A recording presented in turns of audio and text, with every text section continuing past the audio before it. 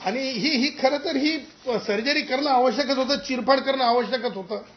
आज राज ठाकरे म्हणतो बडोद्यात सगळे महापौर गुजराती का होतात. राज ठाकरे, मैं नहीं तुम्हारे को उस तरह से क्रिटिसाइज करना चाहता हूं क्योंकि हर किसी को डेमोक्रेसी में बोलने की इजाजत है. याचा अर्थ राज ठाकरे उचलली जीप लावली टाळाला, उचलली जीप लावली टाळाला, समजत नाही. मला सांगा, महाराष्ट्र तशाच प्रकारचे, गुजरात तशाच प्रकारे उत्तर भारत आहे. तिथं हिंदी भाषा बोलणाऱ्यांमध्ये ही सार्वत्रिक सार्वजनिक भाषा असते. त्यासोबत मग भोजपुरी आहे आमची, त्यासोबत वेगवेगळ्या भाषा आहेत, रिजनल लँग्वेजेस आहेत आमच्या उत्तर भारतामध्ये सुद्धा.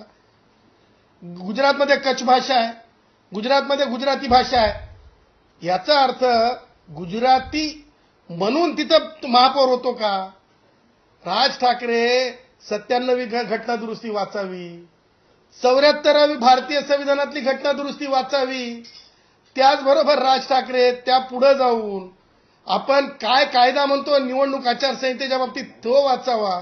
हे सगळं न करता ज्या प्रकारे राज ठाकरेंनी हे वर्तन चालवलंय हे कायदेशीर, कायदाबाह्य आहे असं आमचं स्पष्ट मत आहे. आणि त्या पुढे जाऊन आम्हाला हे म्हणायचं आहे की राज ठाकरेच्या ह्या सगळ्या आणि उद्धव ठाकरेच्या या सगळ्या कर्तृत्वाला आम्ही जे आहेत स्पष्टपणे सांगत आहोत की ही गोष्ट लोकप्रतिनिधित्व अधिनियम 1951 अंतर्गत भ्रष्ट निवडणूक प्रथा, परत सांगत आहे, लोकप्रतिनिधित्व अधिनियम 1951 अंतर्गत भ्रष्ट निवडणूक प्रथा लाच कलम 123(1) मत देण्यासाठी भौतिक लाभांचा ऑफर आश्वासन देणे ही लाच ठरते.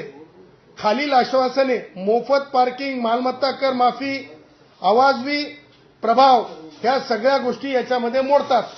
आणि म्हणून आम्ही स्पष्टपणे सांगत आहोत की ह्यांच्या विरुद्ध जे आहे तातडीनं मुक्त व निष्पक्ष निवडणूक आवश्यक आहे, इतर आदेश पारित व्हावेत. आम्ही निवडणूक आयोगाला ही विनंती केलेली आहे की म्हणजे एकदम इम्पार्शल अशा प्रकारची निवडणूक झाली पाहिजे. निवडणुकीमध्ये खोटे आश्वासनं नसले पाहिजे, अशी निवडणूक झाली पाहिजे. आणि त्यापुढे आम्ही माननीय निवडणूक आयोगाला म्हणलेलं आहे, अंतिम निर्णय होईपर्यंत प्रतिवादींना सदर जाहीरनामा प्रचारित करण्यास मनाई करण्यात यावी.